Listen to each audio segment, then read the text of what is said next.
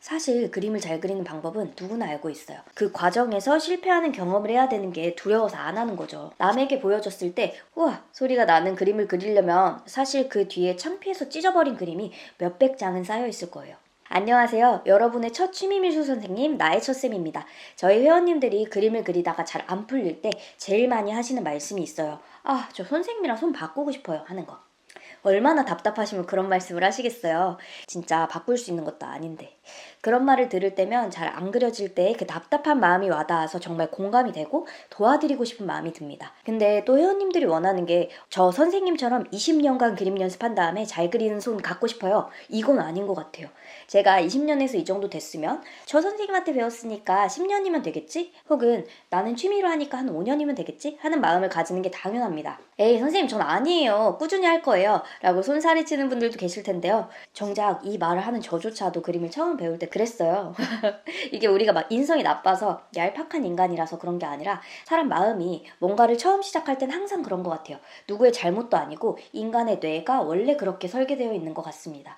그래서 여러분이 보고 들어온 썸네일처럼 취미미술학원 2곳을 운영하고 있는 제가 사람들에게 정말 가르쳐드리기 싫은 그림의 비밀은 뭐냐면요. 그림은 여러분이 생각하는 것보다 꾸준히 그려야 되고 배우는 내용도 좀 체계적으로 배워야 된다는 겁니다. 와 진짜 고루하다. 그죠? 이 선생님 요즘처럼 유튜브만 틀면 막 도파민이 넘쳐나는 시대에 무슨 배짱으로 전공법을 논하시는 거예요? 이렇게 말씀하실 수 있는데요. 사실 그림을 잘 그리는 방법은 누구나 알고 있어요. 그 과정에서 실패하는 경험을 해야 하는 게 두려워서 안 하는 거죠.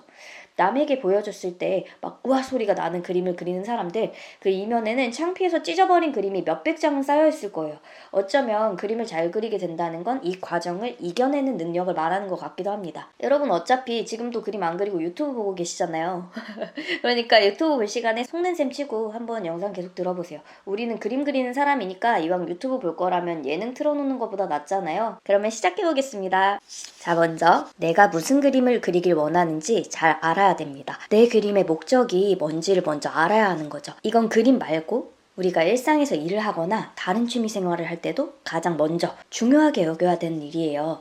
예를 들면 우리 유튜브에는 어반 스케치, 펜드로잉 배우고 싶어서 오시는 분들 많으시잖아요. 근데 내가 배우고 싶은 건 펜드로잉인데 어디서 배워야 될지 몰라서 막 창작 작품 만드는 클래스 가가지고 소묘 기초부터 배우고 앉아있어요. 어차피 미술 기초는 다 비슷하니까 이분 몇 달 배우면 결국 어반 스케치 할 수 있게 될까요? 못할 것 같아요. 1, 2년 꾸준히 배우면요. 글쎄요. 별로 효율적이지가 않을 것 같습니다. 여러분이 미술 초보니까 잘 와닿지 않으실 수도 있을 것 같아서 조금 더 일상적인 예를 하나 더 들어볼게요. 어떤 분이 요리를 배우고 싶었어요. 내가 만들고 싶은 건 일식인데 그래도 요리학원이 집 앞에 한식 요리학원밖에 없으니까 한식학원에 등록했습니다. 어차피 칼질하는 건 다 똑같고 기초는 비슷하니까 한식을 배워도 도움이 될 거야. 이런 생각으로요. 이분 5년 10년 배우면 초밥 만들 수 있게 되나요? 아닙니다. 절대 안 되겠죠. 그래서 내가 원하는 그림이 뭔지 정확히 알고 그 다음에 어떤 과정으로 그림을 배울지 정한 다음에 공부해보세요. 이게 그림을 시작할 때 가장 중요한 첫 번째 단추입니다. 어반 스케치를 하려면 어반 스케치를 가르치는 곳에 가시고 취미로 배우려면 초보 취미미술학원에 가세요. 창작 그림을 배워서 만약에 작가가 되고 싶다면 작가 양성하는 곳에 가시고요. 아셨죠? 두 번째는 처음 그림을 시작하는 분들께 추천해드리고 싶은 방법인데요. 미술은 무조건 재능이라고 하지만 제 생각엔 어느 정도 재능이 있는 사람들이 열심히 연습을 하면서 전공자가 되고 그리고 전문가가 되는 것 같거든요.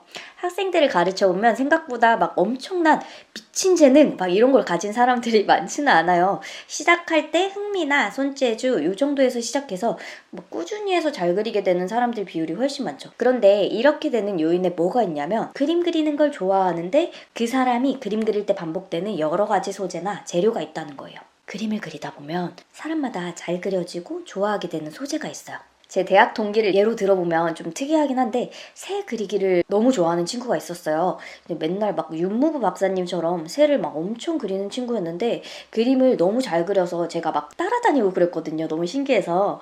새 그리기를 좋아해서 그런가? 관찰력이 정말 좋았고 크로키를 진짜 잘하더라고요. 제 취향으로는 그 친구가 저희 학번에서 제일 그림을 잘 그렸던 것 같아요.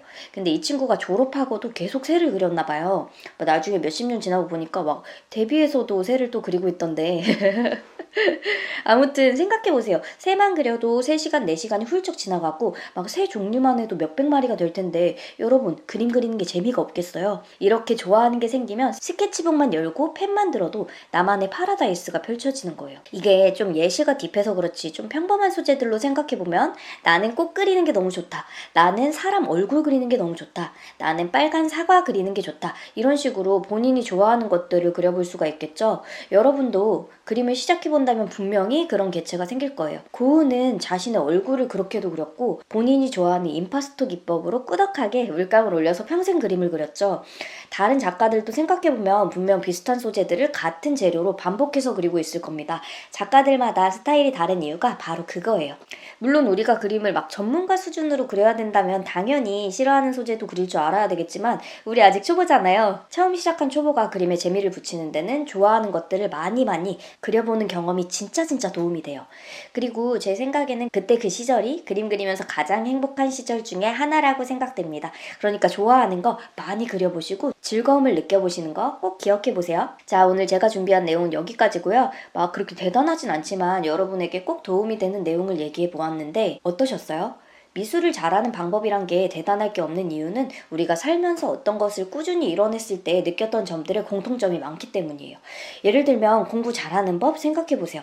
당연한 이야기들만 하잖아요. 뭔가를 잘하는 방법은 뭐다? 다 똑같다. 그것처럼 열심히 공부해서 성적이 오르고 대학에 가고 직업적 성취를 이루고 아이를 낳아서 기르면서 사람이 꾸준하게 무언가를 해서 능숙해지게 된다는 건 뭔가 비슷한 면이 있구나 하고 느끼실 때가 있으실 거예요. 그러니까 여러분이 그림을 시작했다면 그때 느꼈던 그 마음을 그대로 적용해서 조급해하지 않고 천천히 계속해 나가보세요. 가끔은 포기하고 싶고 머리 아플 때가 있더라도 쉬어가면서 천천히 아시겠죠? 그럼 끝까지 봐주셔서 감사하고 다음 영상에서 또 만나요.